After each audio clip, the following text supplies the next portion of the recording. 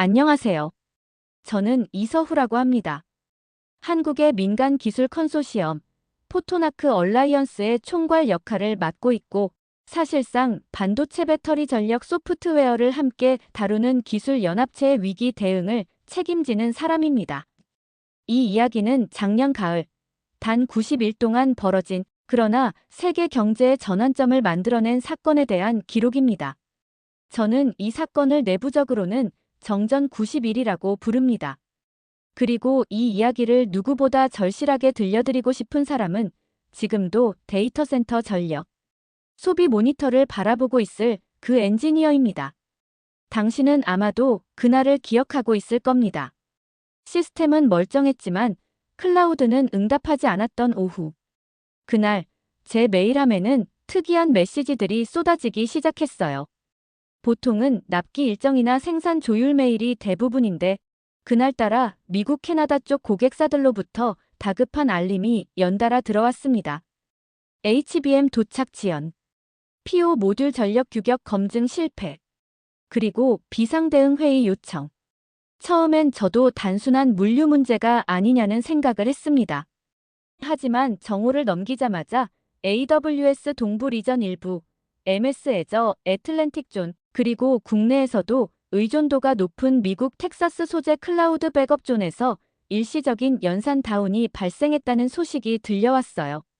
정전은 아니었지만 정전과 다를 바 없는 디지털 정전. 그걸 우리는 소프트 정전 사프트 블랙아우트이라고 불렀습니다. 뭔가 이상하다는 느낌은 며칠 전부터 있었습니다. 미국 상무부가 갑작스럽게 발표한 H-1B 비자 수수료 인상 조치, 그리고 특정 품목에 대한 대중동맹 이외 국가 적용 관세 조정이 문제였어요. 그 관세 리스트에는 한국산 전기차 배터리 셀, 전력 반도체 모듈, 그리고 일부 고대역폭 메모리 HBM가 포함되어 있었고요. 이상한 건 그 다음이었습니다. 평소라면 몇 주 걸릴 수출입 신고나 통관 과정이 단 하루 만에 차단되거나 기존 인증서가 인정되지 않는 사태가 벌어졌습니다. 그런데 공식적인 공지는 없었어요. 말 그대로 규칙 없는 압박이 시작된 겁니다. 저는 바로 포토나크 얼라이언스의 주요 회원사들과 비상 온라인 회의를 열었습니다. 그리고 컨소시엄의 공동 대응 TF를 가동했죠. 시간은 90일, 목표는 세 가지였습니다. 첫째, 현금 흐름 유지를 위한 긴급 유동성 확보. 둘째, 국내외 생산 거점의 재배치 시나리오 가동. 셋째, 그리고 아직은 실험적인 단계였지만 공급 보증서 컨디셔널 서플라이 워런트라는 틀을 본격적으로 꺼내 들기로 했습니다. 이 보증서는 단순한 MOU도 아니고 확정 계약도 아니었습니다. 하지만 정치적 불확실성을 반영해 공급 우선순위와 조건을 수치화하는 첫 문서였죠. 이 시점에서 제가 가장 크게 느낀 건 불확실성은 무기보다 강하다는 사실이었습니다. 공급망은 결국 예측 가능성 위에 서야 합니다. 미국이 압박한 건 세율도 아니고 생산 조건도 아니었어요. 단지 예측이 불가능한 정치를 도입함으로써 우리를 흔들었죠. 하지만 정작 이 위기가 우리만의 문제가 아니라는 걸 느낀 건 며칠 후였습니다. 브뤼셀에서 이메일 하나가 도착했는데 유럽 공공투자은행 소속의 앨리스 로메르엘러스 로머 심사관이 작성한 내부 보고서였습니다. 제목은 2025년 4분기 글로벌 공급망 내 정치 리스크 가중치 상향 검토. 그녀는 그 안에서 다음과 같이 썼습니다. 지정학적 불확실성이 기업 투자 판단에 가장 큰 가중치를 미치기 시작했다. 규제 일관성과 사전 예고제는 투자 유치 수단이 될 수 있다. 정확히 제가 느낀 것과 같은 문제의식이었습니다. 기술이나 자본이 아니라 정치적 예측 가능성이 다음 시대의 투자 기준이 된다는 것. 그리고 저는 그녀가 단순히 글만 쓰는 관료가 아니라 이 사건의 본질을 꿰뚫고 있는 사람임을 직감적으로 느꼈습니다.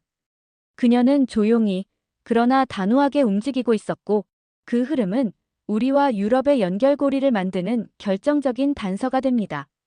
그때까지만 해도 미국의 정책은 그저 일시적 압박일 거라고 생각하는 이들도 많았어요.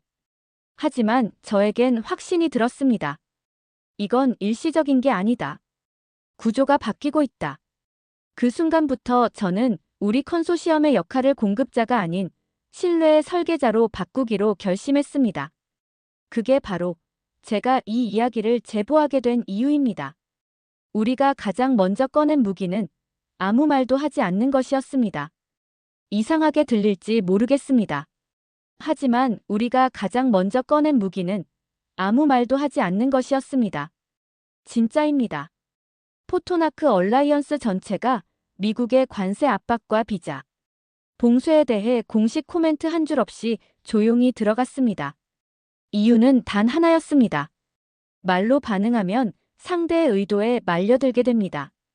우리는 말 대신 숫자를, 감정 대신 시나리오를 꺼냈습니다.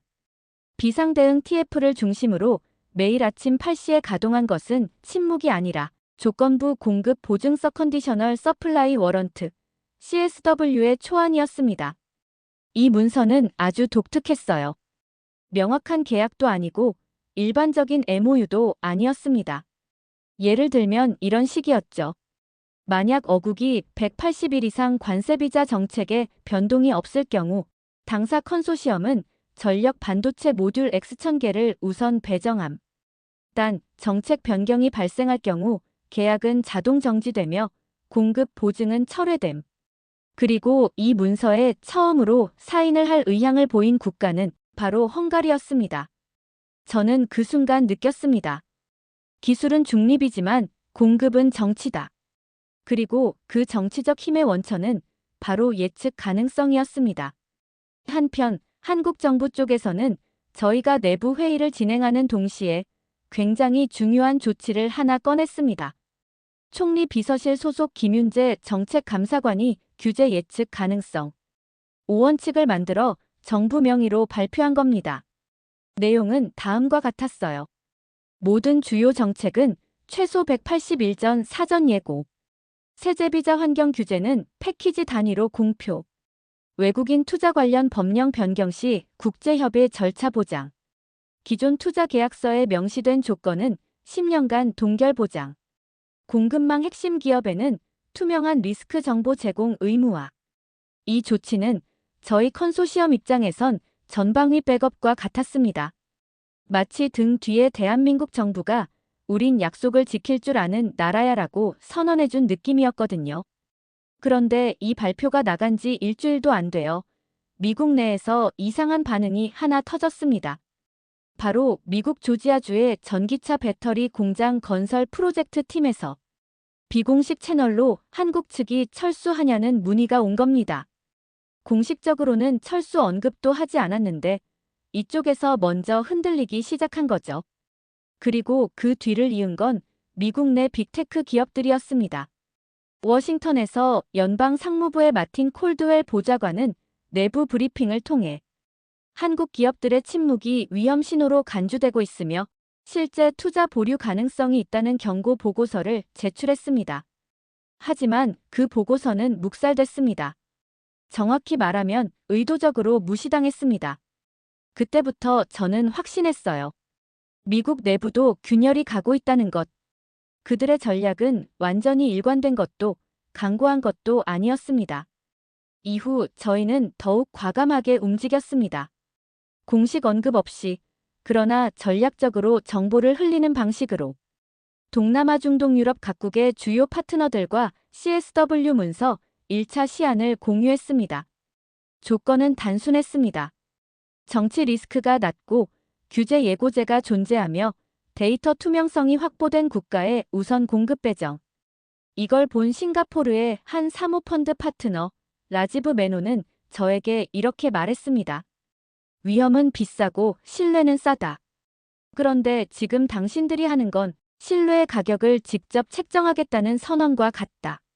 라지브의 그 한마디는 우리에게 확신을 줬어요. 우리는 기술을 파는 게 아니었습니다. 우리는 예측 가능성이라는 무형의 가치를 제품 위의 가격으로 올려붙이기 시작한 거였죠. 앨리스 로메르, 브뤼셀의 그녀도 조용히 움직이고 있었습니다. 저희 쪽에 직접 연락을 하진 않았지만 그녀가 이끄는 투자 심사팀에서 유럽 중부동부 지역 투자 적격성 평가 보고서가 갱신되었다는 소식을 들었어요. 흥미롭게도 한국 기업의 리스크 등급은 상향 조정됐습니다. 이 모든 건 말이 아닌 신호 시그널즈로 이루어졌습니다. 말하지 않아도 서로의 움직임을 읽고 이해하고 그리고 대응하는. 전 세계가 정치적 혼란에 빠져 있는 와중에 저와 앨리스는 서로를 보지 않으면서도 같은 장기판에 손을 얹고 있었던 셈입니다. 그리고 그 침묵의 장기판은 머지않아 세상의 중심에 올라가게 됩니다. 단 한 장의 문서가 총알보다 먼저 워싱턴을 흔들 줄은 그때까지는 몰랐습니다. 처음부터 이렇게까지 될 줄은 몰랐습니다. 단 한 장의 문서가 총알보다 먼저 워싱턴을 흔들 줄은요. 그날 이후로 저는 공급망이라는 게 단순한 유통 구조가 아니라 정치의 생존을 결정짓는 레버리지라는 걸 뼈저리게 깨달았습니다. 2025년 12월 서울 컨소시엄과 정부는 마지막 조율 끝에 기자회견을 열었습니다. 장소는 종로 정부 서울 청사. 공식 발표는 총리 담화 형식이었고 메시지의 핵심은 이 한 문장이었습니다. 비자관세의 불확실성이 해소되지 않으면 한국은 3,200억 달러 규모의 미국 내 투자를 전면 보류합니다. 사실 이 발언은 준비된 멘트였지만 그 뒤에 이어진 조치가 문제였습니다.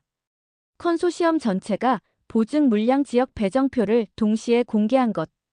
우리는 그동안 수면 아래서 각국과 조율해왔던 CSW 즉 조건부 공급 보증서를 기반으로 다음 5년간의 물량을 전 세계 16개 지역별로 할당된 숫자로 시각화해서 공개했습니다.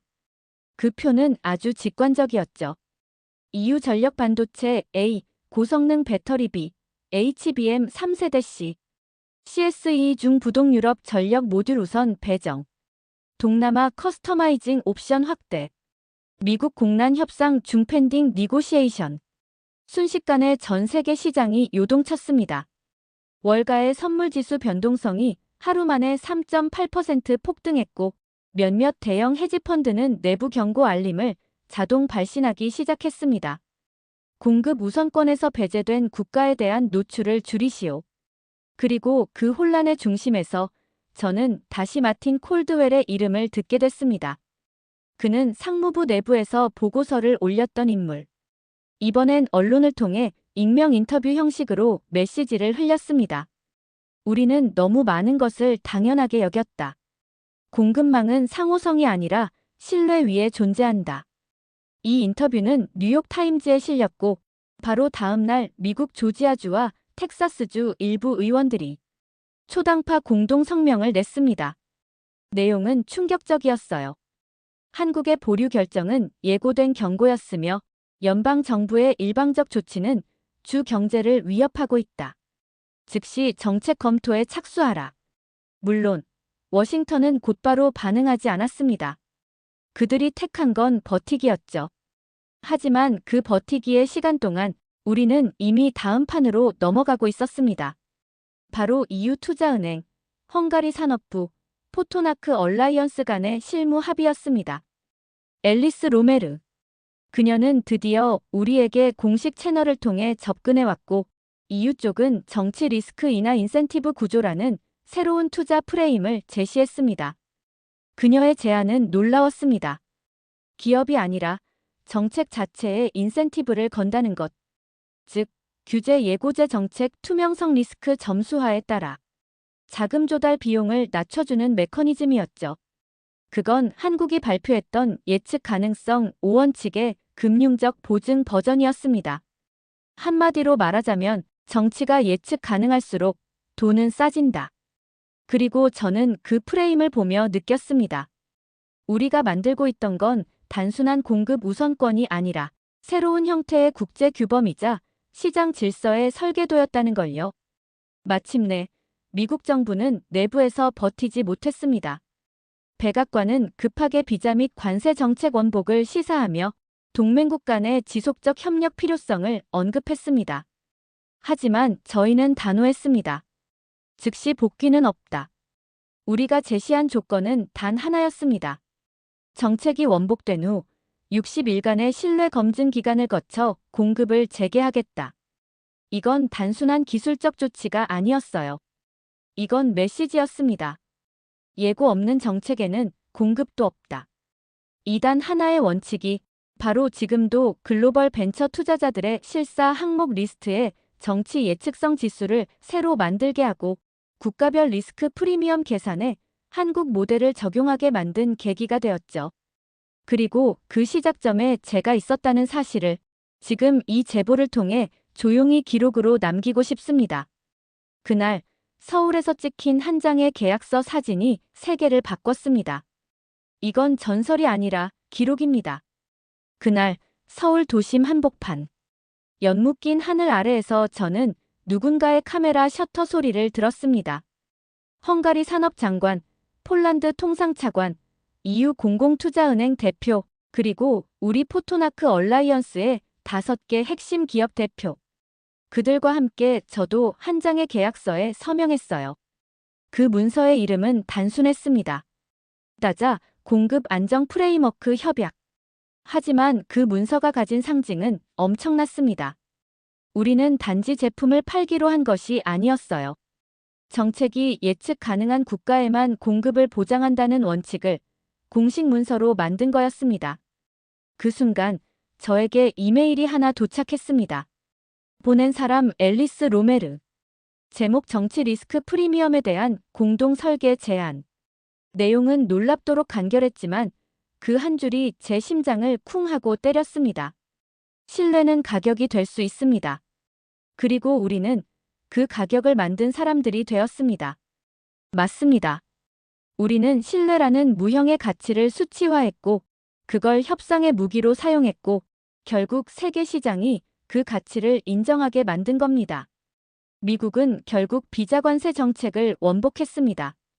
정책 안정화 조치라는 이름으로 포장했지만 실상은 내부에서 폭발한 정치적 압력 때문이었죠. 그 과정에서 마틴 콜드웰이 청문회에 출석해 내부 경고 문건을 공개했습니다. 정책의 오만이야말로 이번 공급망 위기의 진짜 원인이었습니다. 기술도 자본도 정치도 신뢰를 잃으면 아무 소용 없습니다. 그 발언은 CNN, BBC, 한겨레, 그리고 월스트리트 저널까지 헤드라인으로 다뤄졌습니다. 그리고 저는 그때 처음으로 제 사무실 창가에서 전 세계 증시 시황 대신 한 장의 계약서 스캔본을 출력해 벽에 붙였어요. 문서 하단, 빨간색으로 찍힌 스탬프 하나. 검증 60일 베러퍼케이션 피리어드 60데이즈. 이 짧은 문장이 우리 시대가 얼마나 불안정한지 그리고 그 불안정을 견딜 수 있게 하는 게 무엇인지 말해주고 있었습니다. 그 이후 많은 변화가 있었습니다.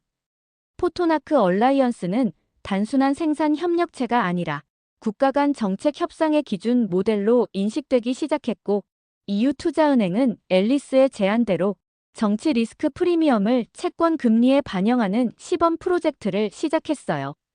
싱가포르, 핀란드, 호주 등 9개국이 예측 가능성, 조약 트리티 안프리딕터빌리티 인 트레이드 팔러시에 관심을 보이기 시작했죠. 그런데 이 모든 변화를 겪으면서도 제가 가장 크게 느낀 건 의외로 단순했습니다. 한국은 약속을 지키는 나라로 기억되고 있다. 사실 처음엔 이것이 그렇게 중요할 줄 몰랐습니다. 기술이 더 중요하다고 생각했고 속도가 경쟁력이라고 배웠으며 가격이 최종 승부라고 믿었거든요. 하지만 이번 사건을 통해 저는 확실히 알게 됐어요. 가장 강한 국가는 예측 가능한 나라입니다. 그리고 그 예측 가능성의 출발점은 복잡한 알고리즘이 아니라 사람 사이의 신뢰에서 시작된다는 걸요. 이제 사연을 마무리해야 할 것 같습니다. 저는 오늘도 포토나크 얼라이언스 본사 17층 회의실에서 새로운 공급 협상안을 조율하고 있습니다. 지금은 중남미의 한 국가가 우리가 만든 신뢰 기반 공급 프레임에 합류하고 싶다고 연락을 해왔고 또 다른 국가는 정책 예고제를 도입할 계획을 세우고 있답니다. 처음엔 전기가 끊겼고 그 다음엔 계약이 흔들렸고 마지막엔 세계 질서가 바뀌었지만 이 모든 건 말 한마디 없이 시작된 침묵 속 카드 한 장에서 시작됐습니다. 그리고 저는 그 중심에서 한국이 예측 가능성의 상징으로 올라가는 장면을 직접 목격했습니다. 만약 지금 이 영상을 보고 있는 분들 중 미래가 불확실해 두려운 분이 있다면 이 말을 꼭 드리고 싶어요. 세상은 흔들리겠지만 신뢰 위에 세운 다리는 절대 무너지지 않습니다. 감사합니다. 그리고 다음 시대의 안보는 기술신 외 예고된 규칙에서 나온다는 사실을 함께 믿어주셨으면 좋겠습니다. 여러분은 어떻게 생각하시나요?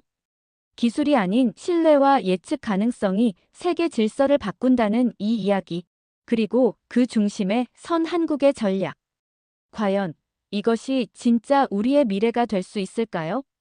댓글로 여러분의 생각을 들려주세요. 당신의 한마디가 다음 이야기를 만듭니다.